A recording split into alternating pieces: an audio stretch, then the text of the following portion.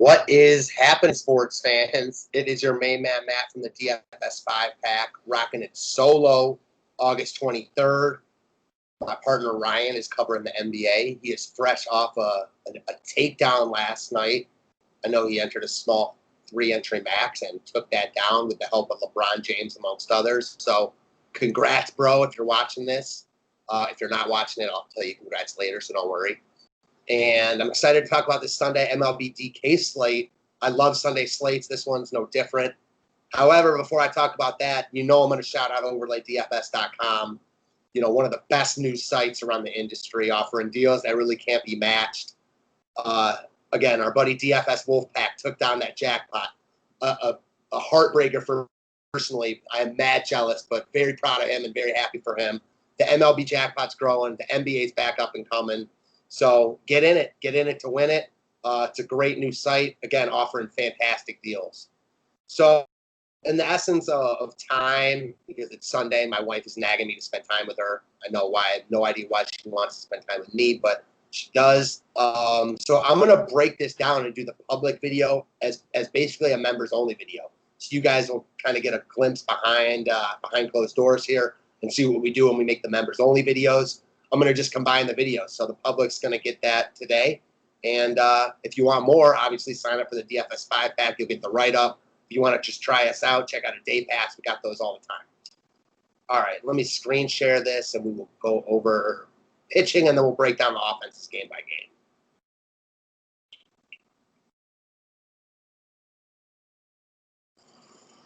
Okie dokie. So another slate we've had where there's a lot of just mat options where you're not crazy in love with the pitcher and you're not crazy in love with the bats. Definitely more of that here. Starting at the top, Darvish has been fantastic so far this year. He struggled a little bit in his last outing, got out of a few jams and still ended up with 24 DK points. The White Sox have been really good with the wind presumably blowing out in Wrigley again, although let me check that real quick.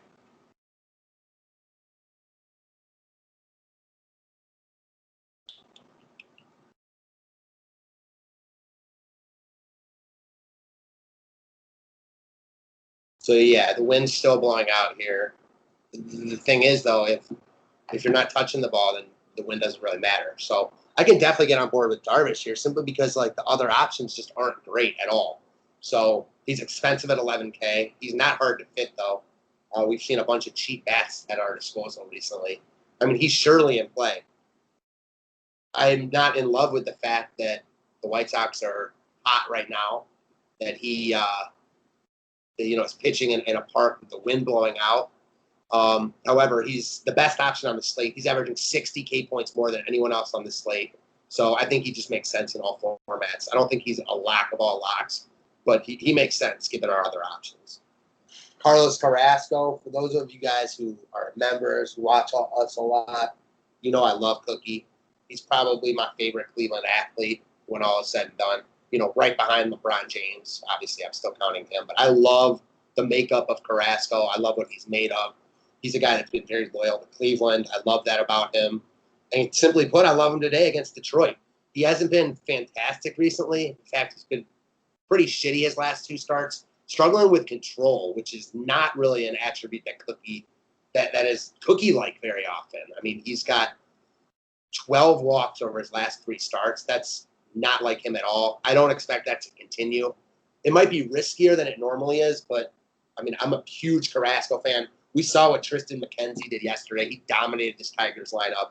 I like Cookie a lot here. He's my favorite pitcher on the slate.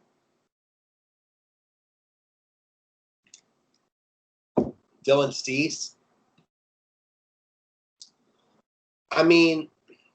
It's tough to get to Dylan Cease because of the wind blowing out and the Cubs offense. However, the Cubs offense has not been great recently at all. They struggled last night. Reynaldo Lopez pitched a really nice game. They did not do much at all. They were chalk. I expect them to be really popular again today. And I don't hate taking a shot on Cease here. I'm a big Cease fan. I think he's got really good stuff. He's kind of like Lance McCullers in that, These guys just get in their own heads a lot. I don't like if there's a chalky pitcher. I like to leverage that with some pieces of that offense. I don't necessarily feel like I have to do that when there's going to be a chalky offense. I'd rather just stay away and use the opposing pitcher. But I actually think there's some merit for Cease here. He's got really good stuff. The options on this slate aren't great at all. There's a reason he's the third highest priced starter. He's overpriced probably, but there isn't anyone on this slate that's giving you the warm and fuzzies by any means. And he's in play for me. I'm not sure I land there. I mean, I'm not a guy that makes 150 lineups. I usually stick to a 3-entry max, but I don't hate the idea of Cease here. I'm a fan of his stuff. It seems like a get-up spot for him. So, again, GPP preferred for sure, but I don't hate it. Tyler Maylie. So, the thing about Maylie here is I just want to make sure the wind is blowing out at Wrigley. Yeah, they're blowing out to lefty. Okay. So here's the thing about Maylie. He's really, really good against righties and not so much against lefties. So when you think about this St. Louis offense, you think about them being stacked full of righties. That's just not the case right now. I mean, most of their best hitters are righties, but they've got guys throughout their lineup that are switch hitters, left-handed hitters, and their top two guys in Edman and Wong, both batting from the left side. I think this could be actually a sneaky spot for some Cardinal sticks. I'm not interested in Maylie here. I mean, I get it because this slate. I mean, he pitched really well in that start versus Cleveland, who also has a bunch of switch hitters.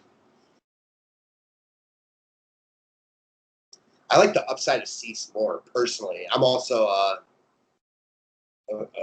contrarian, risky player, so keep that in mind. But I got to look at it more. But as of now, talking this out with you guys is really obviously I glanced it over, so I was prepared to do this show, but I'm really diving in with you guys. And I like Cease here more than Maylie. Ponce de Leon, nah. Since he's going to break out sooner rather than later, not really interested in going there. I think that Burns makes a lot of sense here at 7-4. He's been solid. He's got good strikeout stuff. I guess my only problem with Burns here is Pittsburgh's actually been decent the past couple of days. He's not going to have a long leash. He's certainly on the short list here because we just don't have good options, but I'm not in love with Burns. I'm just not. Chris Bubich, man, I can't see going here. He just faced the Twins. No thanks. He's not cheap enough. Trent Thornton. Man, he hasn't been on a slate, I feel like, forever. So Thornton is a really volatile up and down guy. I can make the case for Tampa bats that hit Thornton really well, but I could also make a case for Thornton because we've seen him pitch well before. That's really all it is. Again, on this slate, you're going to have to get weird in tournaments, I think. And I don't think Thornton's the craziest idea. Again, this is definitely a spot where I could see picking a side and going Thornton or Ricks. I could see not picking either for sure and just staying away because we're not sure. I also think that the upside's real for both sides, and Thornton and Ray's bats. If Thornton's on today, I think he can pitch a good game. And if he's off, I think the Rays can really do some damage to him. So, everything else, it'll probably play out in the middle, but I think the upside is real from both sides. In tournaments, he's in play.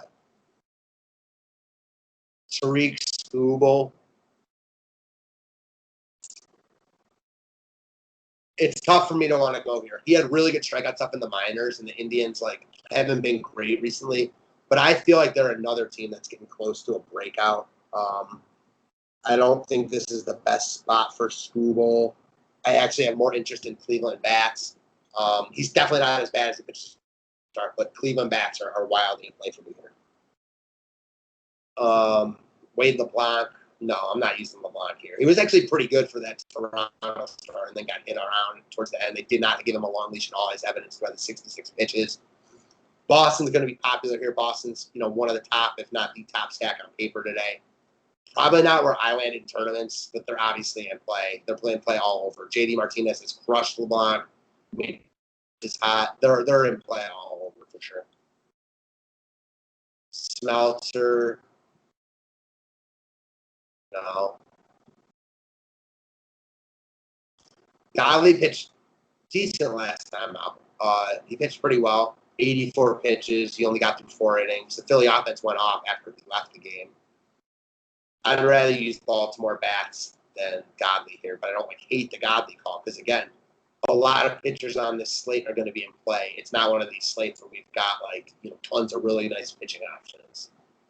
JT Brubaker, give me some Milwaukee bats over Brubaker for sure. And then Josh Fleming, I see getting a little bit of love here. I don't know much about Fleming. He's not a good strikeout pitcher. I'm not sure why he's getting any sort of love here.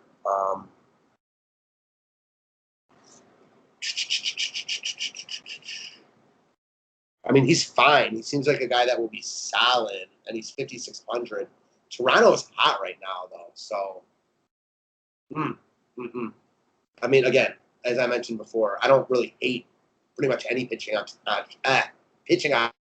slate because we don't have good ones.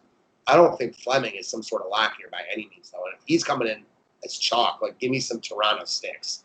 That's what I was talking about earlier. I'm not going to sell my soul on Toronto tonight. But I can definitely get on board with using a couple pieces against the chalky Fleming. Let's look at Toronto's. I'm going to look at Toronto's records. I know they had won 7 in a row. I'm not sure if they kept that going. But they're not a team I'm going out of my way to pick on right now. Okay, so they lost yesterday 2-1 in 10 innings. Okay, so that does give me cause for pause for their offense because they had won 7 in a row, and then they finally busted their wad and lost in a 2-1 game in extra innings. I could see them, dying here, and Fleming being viable. Anytime a team has a long winning streak like that and then loses a 2-1 game, I always have cause for pause going right back there. However, I think Toronto's got good pieces in their lineup, and if Fleming's off here, they could definitely hit them around. So I think there's merit for both sides of it. All right, let's look at some. There we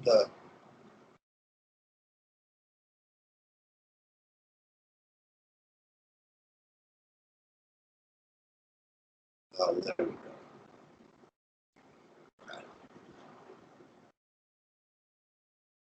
All right, so starting with Boston and Baltimore.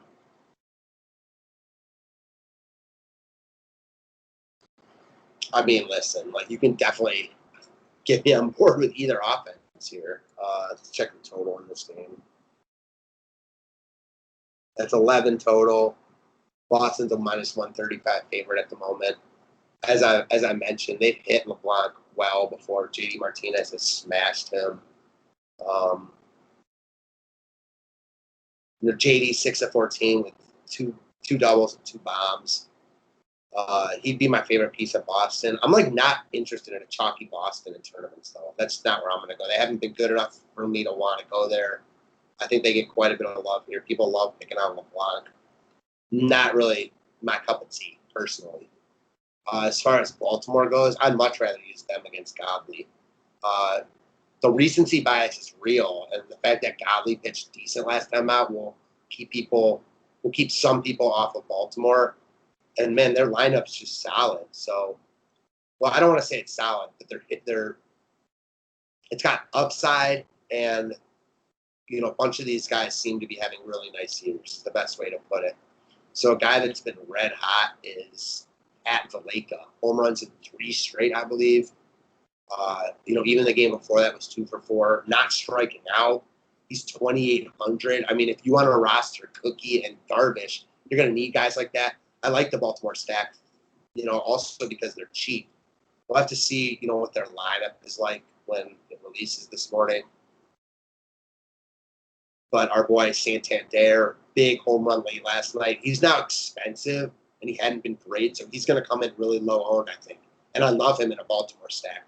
Not sure Baltimore's where I want to plant my flag, but, I mean, he's definitely in play for me, the top piece of Baltimore. And then if he's leading off, man, he's expensive. Woo! Only in a Baltimore stack when I get to Cisco. Damn, is he pricey. All right, Detroit and Cleveland. I'm not looking at any Detroit bats, really. Not Cookies pitched well against them. Just no interest in any Detroit bats. I'm going to ride or die with my boy Cookie today. And as far as Cleveland goes, man, like, they're definitely in play as a full stack, like, for sure. I called that Domingo Santana was about to bust out. Not that he, like, went crazy last night, but, bases loaded double. Now has has DK points in every game, which is something to be said for him. He's seeing the ball well. I expect him to be back in the lineup again today. I like the Cleveland stack.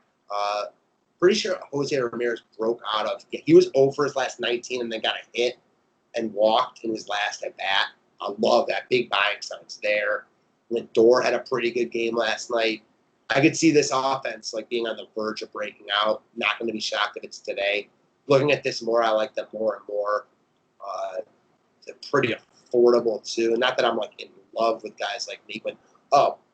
He won't even be in the lineup. So you're going to have a guy like Jordan Love. He's 3,400, very affordable. Santana will definitely be in the lineup, and I love him here. A lot of these Indians are better against left-handed pitching. So I'm big on the Indians today. I think that you can definitely build around Cleveland today. And they've been pretty rough on me recently, so I'm hoping today's the day that they actually go off.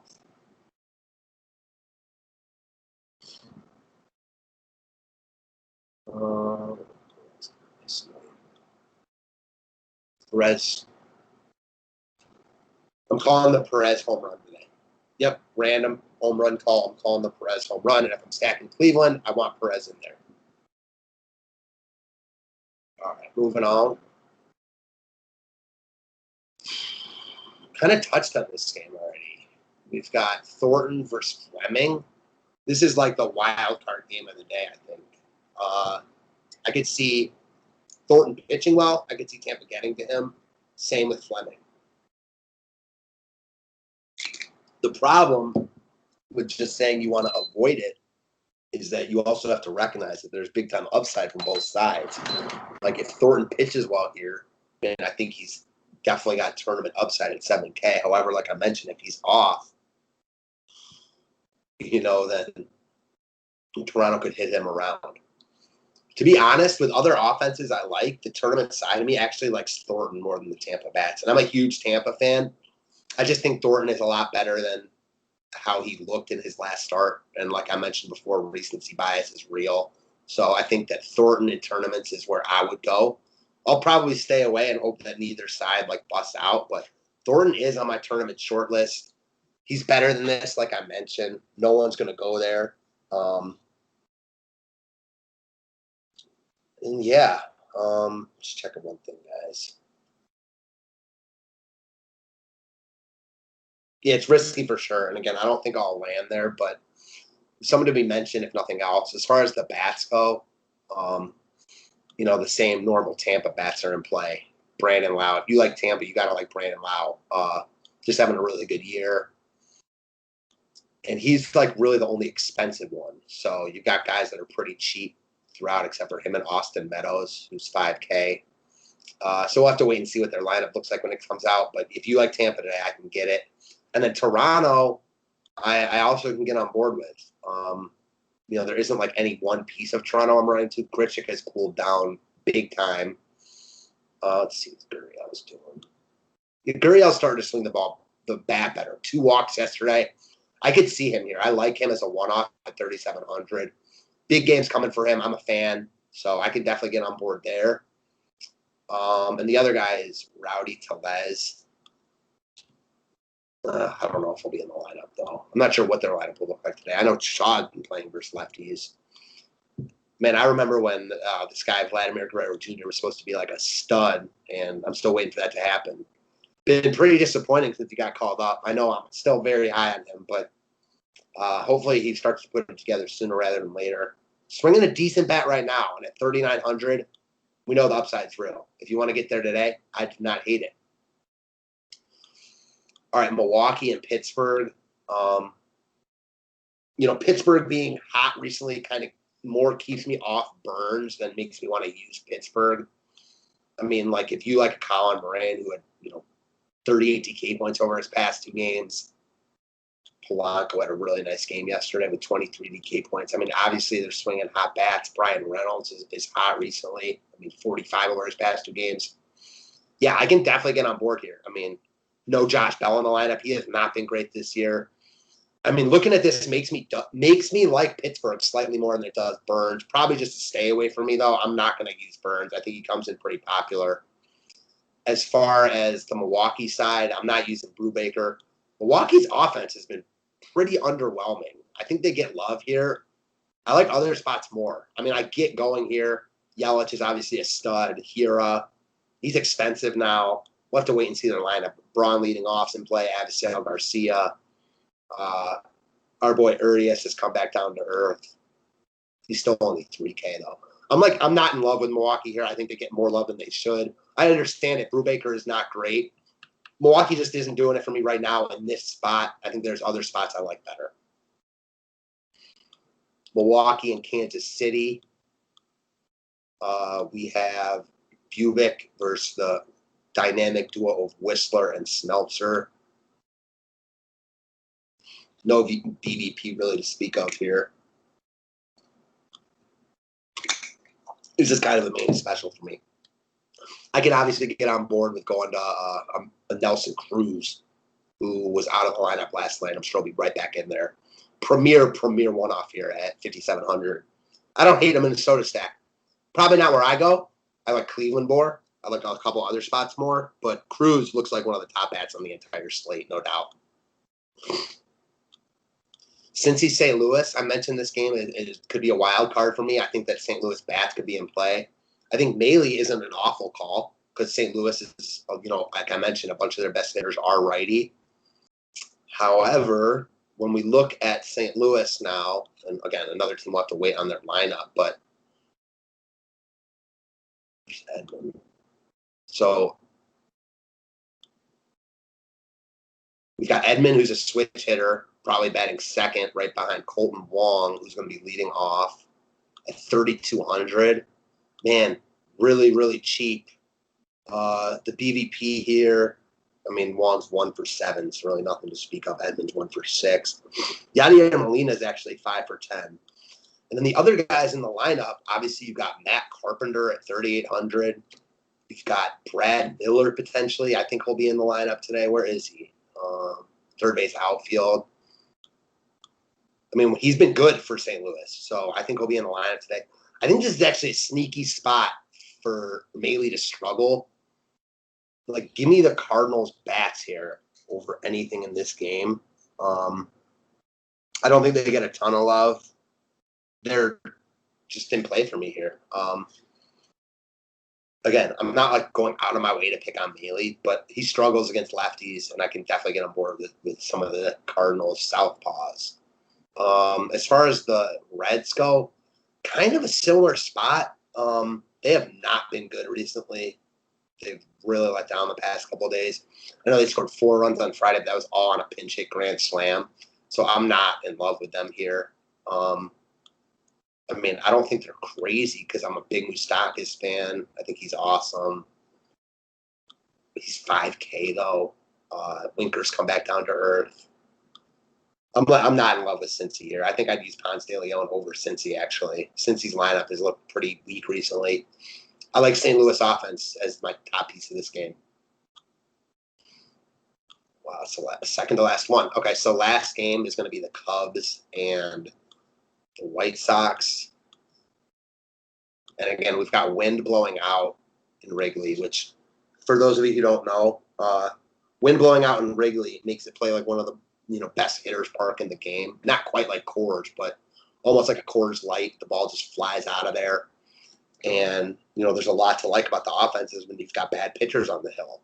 Today, we don't have bad pitchers on the hill, though. So, I mean, yeah, Cease can struggle. Cease can get in his own head if he ends up giving up a couple, a cheap home run. He walks a guy on a ball that he thought was a strike, and then all of a sudden gives up a cheap home run. Maybe he gets in his own head and really struggles from there on out. However, he's got good stuff. Like I mentioned, he's in play for me here at 9,300. Darvish, same thing. With the Cubs losing the first 2 games of the series, I believe. I think that this is a nice spot for Darvish to come in as the stopper, more or less. I know the Cubs lost last night. Did they lose on Friday? I think they did. They lost 10-1. So, yeah, I think it's a big game for Darvish and the Cubs. I like him here, and I think Cease pitches well on the other side. So, of course, the usual suspects from the Cubs are going to be in play. Man, they have been very underwhelming. Let's see, there's no BVP there. Before I even get to the Cubs, if you want to use Jose Abreu again, 3 bombs last night.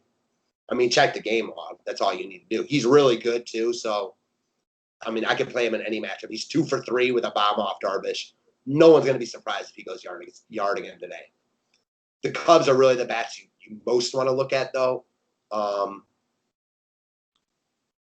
Schwarber at 3,800. Happ probably leading off at 3,500. Schwarber's going to be a lock, assuming he's batting cleanup. Javier Baez is now 4,500. He has not been great. Rizzo's priced up. He's 5,100. Rizzo and Baez got a little bit more expensive. You've still got really cheap pieces. And he's even 3,400. Well, Horner's cheap. Bryant's on the IL.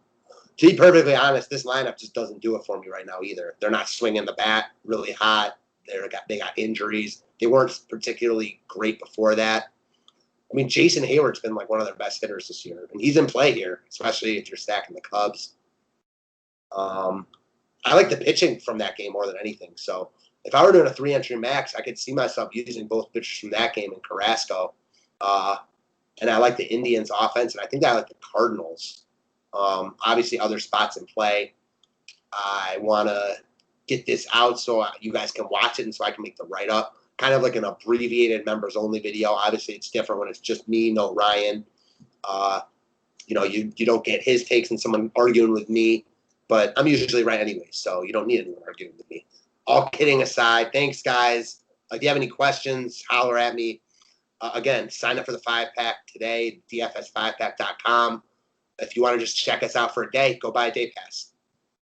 Thanks, guys.